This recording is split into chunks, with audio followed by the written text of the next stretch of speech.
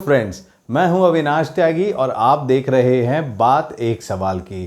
कहते हैं कि एक चैप्टर को बुक से अगर 10 बार पढ़ा जाए तो भी इतना फ़ायदा नहीं होता जितना फ़ायदा एक अच्छे सवाल को शिद्दत से करने से होता है।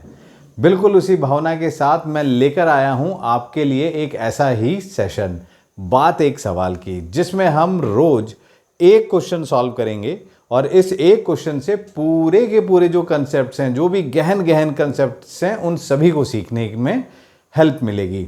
जैसे कि आप बोर्ड पर देख रहे हैं, आज का क्वेश्चन ये है। इस क्वेश्चन को ध्यान से पढ़िए और जो बच्चे इसे पहली बार वीडियो को देख रहे हैं वो सभी इसे पॉज करके पहले सॉल्व करने की कोशिश करेंगे। उसके बाद जब उसे पूर्ण रूपेण सॉल्व कर लें, उसके बाद आप यहाँ पर चेक करेंगे, देखेंगे और उसके बाद ही सॉल्यूशन भी देखा जाए। ठीक है बच्चों, तो चलिए क्वेश्चन क्या है ये देखते हैं। गिवन थीटा बिलोंग्स टू 0 से 2 pi and if summation r equals to 1 to r equals to 3 sec r pi by 6 plus theta sec r minus 1 pi by 6 plus theta is equals to 4, then which of the following alternatives is are correct. Simple सी एक trigonometric equation दी है और उसको solve करना होगा आपको और solve करके बताना होगा कि थीटा की वैल्यूज क्या है।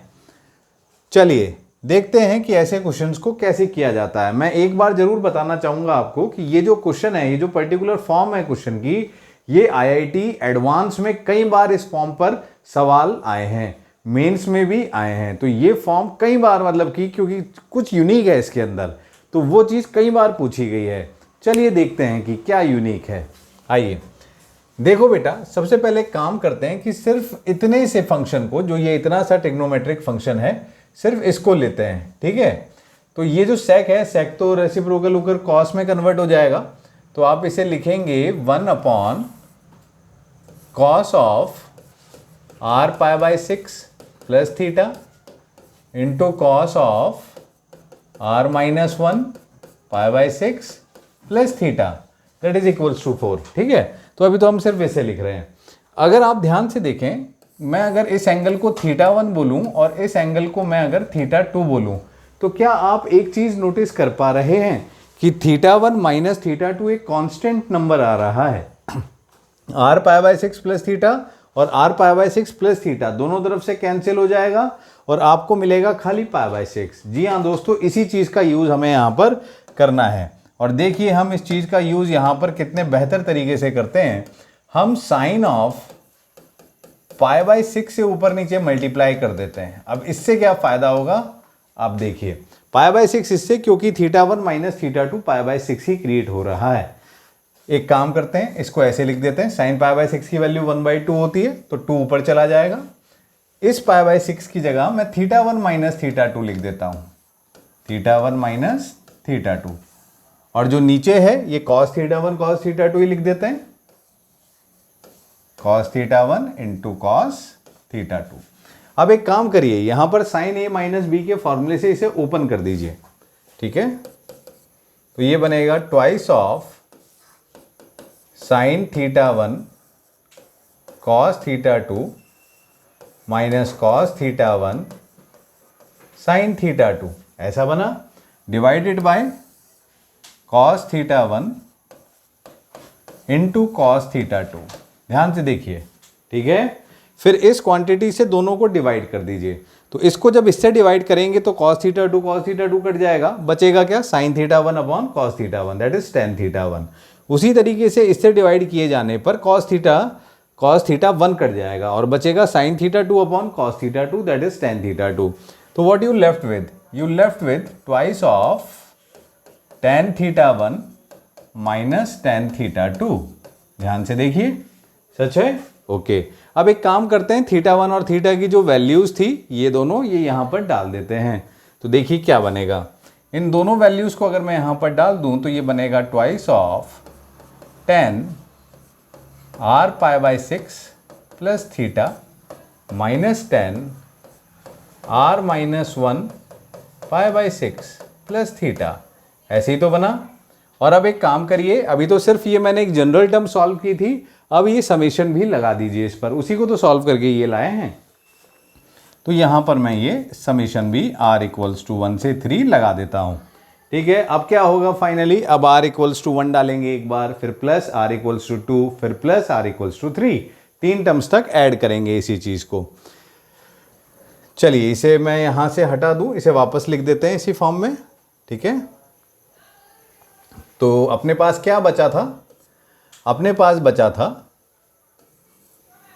Twice of 10 r pi by 6 plus theta minus 10 r minus 1 pi by 6 plus theta, इसी तरीके का तो एंगल था, and that is equals to 4, ये 4 है ना, वही लिख दिया।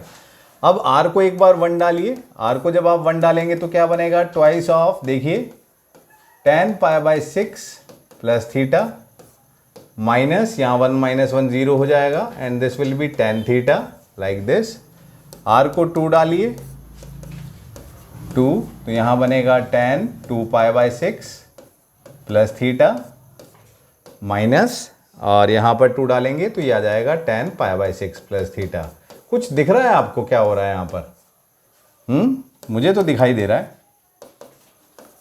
अब फिर r को 3 डालेंगे तो tan 3 pi by 6 plus theta minus tan 2 pi by 6 plus theta, बिल्कुल सही। अभी ये तीनों टर्म्स, समेशन का मतलब होता है एडिशन, इन तीनों टर्म्स को ऐड किया जा रहा है, देखिए। एंड फाइनली नाउ अगर आप इन्हें ऐड करेंगे तो आप देखिए, नोटिस करिए कि ये टर्म माइनस ऑफ, यही टर्म लिखी है, इससे कट जाएगी, और ये टर्म इससे कट जाएगी, ये डायगनली कट रहे हैं। इस मेथड को कहते हैं डायगनल कटिंग मेथड। ये मेथड काफी सारे क्वेश्चंस में यूज में आता है, तो इसको ध्यान रखिएगा। Now what you left with 3 और 6, 3 2 जा 6, ये बचा tan pi by 2 plus theta जो कि माइनस कॉट थीटा होता है। तो यहां से फाइनली क्या बचा, ट्वाइस ऑफ, माइनस को बाहर निकाल देते हैं, कॉट थीटा, इसको लिख रहा हूं, देन इधर भी माइनस था, माइनस बाहर आ गया, प्लस tan थीटा, और इक्वल्स टू क्या है, 4 है, तो that is equals to 4, something like this. इस 2 से इसे काट दीजिए, ये 2 आ जाएगा। अब जरा ध्यान से देखिएगा बच्चों, so tan theta plus cot theta को भी 1 बाई tan थीटा लिख सकते हैं, इक्वल्स टू, इधर -2 है, देन एलसीएम लेने पर ये बन जाएगा tan square theta plus 2 tan theta plus 1 equals to 0। A square plus 2ab plus b square की फॉर्म डेवलप हो गई है, तो इसे आप लिख सकते हो tan थीटा प्लस 1 का होल स्क्वायर। ध्यान से देखिएगा, तो यहां से tan थीटा की वैल्यू क्या आ रही है, -1। देखिए दोस्तों आ गया है। अब आप देखिए, आपसे कहा है कि थीटा 0 से 2 पाई है, तो 0 से 2 पाई यानी एक कंप्लीट राउंड में -1 कब कब आता है tan थीटा, एक तो सेकंड क्वाड्रेंट में आएगा, तो ऑब्वियसली सेकंड क्वाड्रेंट में वैल्यू होगी 3 पाई बाय 4, और थर्ड क्वाड्रेंट और फोर्थ क्वाड्रेंट में आएगा, यानी 2 pi minus pi by 4, that is 7 pi by 4। ये दो आपके आंसर्स आ गए। इसका मतलब है एक तो ये ऑप्शन और एक ये ऑप्शन। देखिए दोस्तों, तो इस क्वेश्चन से कहीं ना कहीं आपने बहुत कुछ सीखा होगा। ऐसे ही और भी क्वेश्चंस लेकर हम आते रहेंगे बात एक सवाल की के सेशंस में। ठीक है दोस्तों, तो आप सभी बने रहिए। बस एक चीज ध्यान रखिएगा, सवाल को देखने से पहले एक बार सॉल्व जरूर करिएगा। ठीक है, चलिए फिर मिलेंगे नेक्स्ट सेशन में। Thank you.